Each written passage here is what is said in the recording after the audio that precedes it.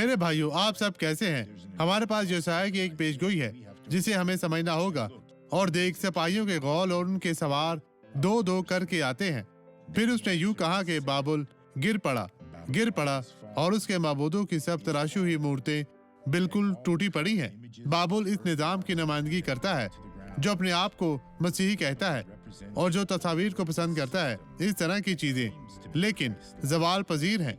हम जो कलाम के मुताबिक खुदा से ताल्लुक रखते हैं, इन्हें कलाम पर कायम रहना है, क्योंकि मेरे भाइयों, इन तमाम बुत परस्त फिरकों में मुलविस होने वालों को भारी कीमत अदा करनी पड़ेगी। इस शख्स की गवाही देखें और मैं आपके लिए दुआ करने वापस आऊंगा। खुदा उन पर ईमान रखें कि वो आपकी जिंदगी में मुआवजा करेगा। बहुत अरसे पहले मेरा टखना और कमर टूट गई थी और आज मैं डॉक्टर सवारिश की दुआ के जरिए खुदा से शिफा पाई है।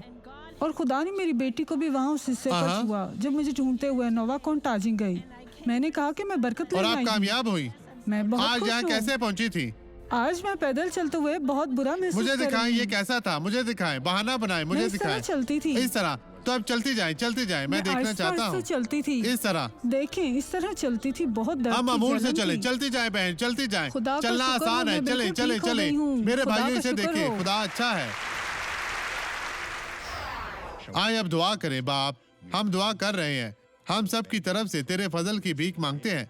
हमको कोई भी बुराई कबूल नहीं है और मैं कहता हूँ कि यीशु के नाम में हर तरह की बदी इनकी जिंदगी से, इनके घरानों से चली जाए, छोड़ दे, कभी वापस ना आए। मैं कह नहीं रहा, मैं तुझे हुक्म देता हूँ यीशु के नाम में। और आप कहें, खुदाउन तेरा शुक्र हो, मैं ईमान रखता हूँ। मसीह में आपकी सलामती हो।